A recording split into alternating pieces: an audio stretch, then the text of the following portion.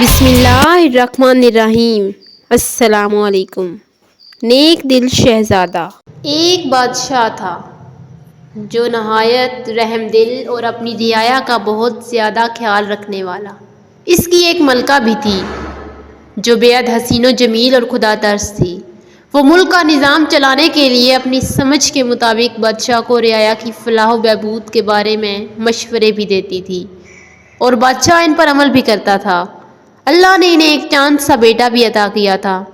اس کا نام شہزادہ عدنان تھا۔ بادشاہ اور ملکہ دونوں اس کو دیکھ دیکھ کر جیتے تھے۔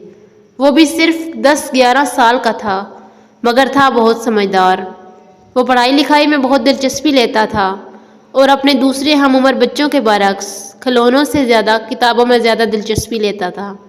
بادشاہ کو اس کی اس دلچسپی کا علم تھا، اس لیے وہ دور دراز کے ملکوں سے قصبے کہانیوں کی کتابیں منگوا کر اس کو دیتا تھا اور شہزادہ ان کتابوں کو بڑی دلچسپی سے پڑھا کرتا تھا۔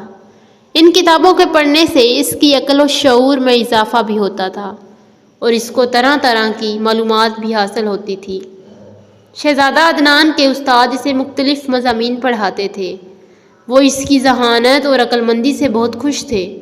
شہزادہ عدنان میں ایک بہت اچھی بات یہ بھی تھی کہ اگر اس کی سمجھ میں کوئی بات نہیں آتی تھی تو وہ سوال کرنے میں کوئی جھجک محسوس نہیں کرتا تھا۔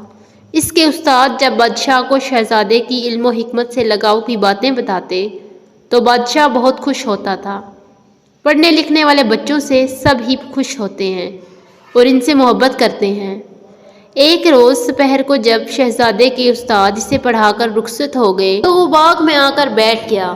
باغ میں پودوں پر رنگ برنگے پھول اپنی بہار دکھا رہے تھے۔ درختوں پر حسین و جمیل پرندے بیٹھے چہچہا رہے تھے اور ان کی آوازیں کانوں کو بڑی بھلی محسوس ہو رہی تھی۔ شہزادہ باغ میں بیٹھا کچھ سوچ رہا تھا۔ اتفاق سے دربار کا وقت بھی ختم ہو گیا تھا اور بادشاہ وہاں سے اٹھ کر سیدھا باغ میں آ نکلا۔ اس نے دیکھا کہ شہزادہ عدنان وہاں موجود ہے اور کسی سوچ میں گم ہے۔ اس نے پوچھا، بیٹا کیا بات ہے؟ آپ چپ چاپ سے کیوں بیٹھے ہیں؟ اس کی آواز سن کر شہزادہ عدنان چونک گیا اور پھر دوڑ کر بادشاہ سے لپٹ گیا۔ بادشاہ نے شفقت سے اس کے سر پر ہاتھ پھیرا، اس کا منہ چوما اور بولا، استاد پڑھا کر چلے گئے، آج انہوں نے کیا پڑھایا تھا؟ شہزادے نے جواب دیا، جی ابا حضور، آج انہوں نے ہمیں امیر لوگوں اور غریب لوگوں کی زندگی کے بارے میں بتایا تھا۔ غریب لوگوں کی مشکل زندگی کے بارے میں سن کر ہمارا دل اداس ہو گیا ہے۔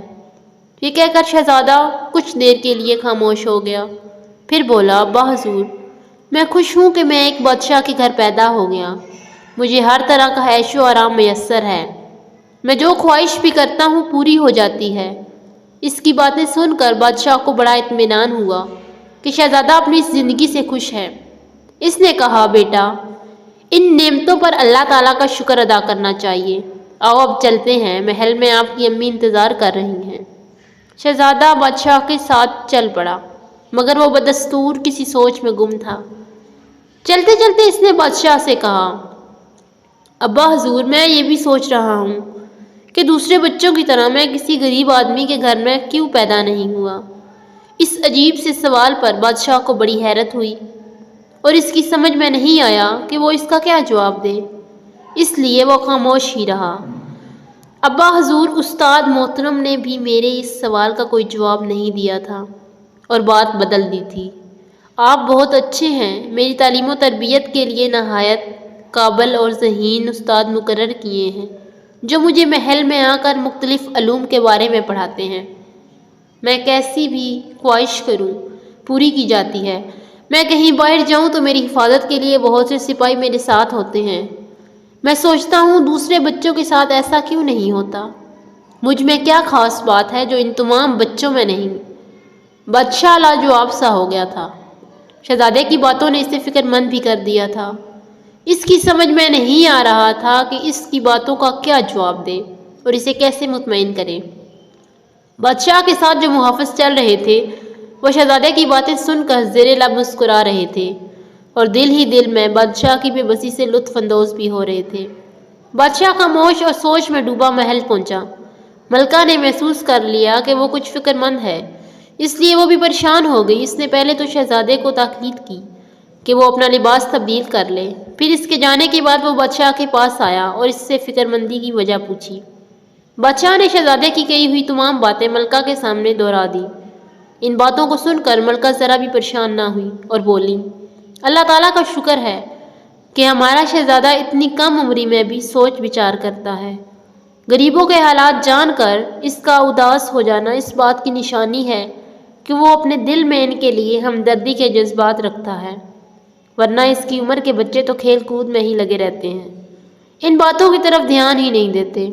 آپ فکر نہ کریں، میں شہزادے سے اس بارے میں بات کروں گی اور یہ پتہ لگانے کی کوشش کروں گی کہ اس کے ذہن میں اس طرح کے سوالات کیوں اٹھ رہے ہیں۔ بادشاہ کو ملکہ کی اس بات سے اطمینان ہو گیا۔ شام کو ملکہ نے شہزادے کو اپنے کمرے میں طلب کیا اور اس کے ساتھ کھڑکی کے پاس آ کر بیٹھ گئی۔ اس طرح طلب کیے جانے پر شہزادہ عدنان سمجھ گیا کہ بادشاہ نے اس کی باتوں کا تذکرہ ملکہ سے ضرور کیا ہے، اس لیے وہ اپنی ماں کو دیکھ کر شرارت سے مسکرایا اور بولا، امی حضور، جو پوچھنا ہے پوچھئے، میں آپ کو ضرور بتاؤں گا۔ اس کی بات پر ملکہ کو ہنسی آ گئی۔ وہ بولی، شہزادے آپ بہت شریر ہو گئے ہیں، آپ کی سمجھ میں ساری باتیں آنے لگی ہیں۔ شہزادہ فوراً بولا، سوائے ایک بات کے۔ ملکہ نے کہا، وہ بات آپ کے ابا حضور مجھے بتا چکے ہیں، آپ تو مجھے صرف اس بات سے آگاہ کر دیں کہ ان سوچوں سے آپ کا مقصد کیا ہے۔ ملکہ کی بات سن کر شہزادہ عدنان سنجیدہ ہو گیا اور بولا، امی حضور، میں اچھی طرح جانتا ہوں کہ ابا حضور وزیروں کو، امیروں کو اور اپنے درباریوں کو بغیر کسی وجہ کے بیش بہا انعامات سے نوازتے ہیں۔ انہیں یہ انعامات ان کی خوشامد بھری تعریفوں کے صلے میں ملتے ہیں۔ شہزادے کی بات سن کر ملکہ ہکا بکا رہ گئی۔ اس نے گھبرا کر شہزادے کے منہ پر ہاتھ رکھ دیا اور ادھر ادھر دیکھتے ہوئے سرزش بھرے لہجے میں بولی، شہزادے خاموش رہیے، اپنی عمر کا خیال کیجیے اور بڑوں کے بارے میں اس طرح کے گستاخانہ خیالات کا اظہار نہ کیجیے۔ ملکہ کی بات سن کر شہزادہ ذرا بھی پریشان نہیں ہوا، بولا، امی حضور، آپ میری امی ہیں، میں آپ سے اپنے دل کی ہر بات کر سکتا ہوں۔ ملکہ خاموش تو ہو گئی مگر وہ تشویش بھری نظروں سے شہزادے کو دیکھ جا رہی تھی۔ شہزادے نے جب دیکھا کہ ملکہ بہت سنجیدہ اور فکر مند ہو گئی ہے تو اس نے کہا، امی حضور، آپ ناراض ہو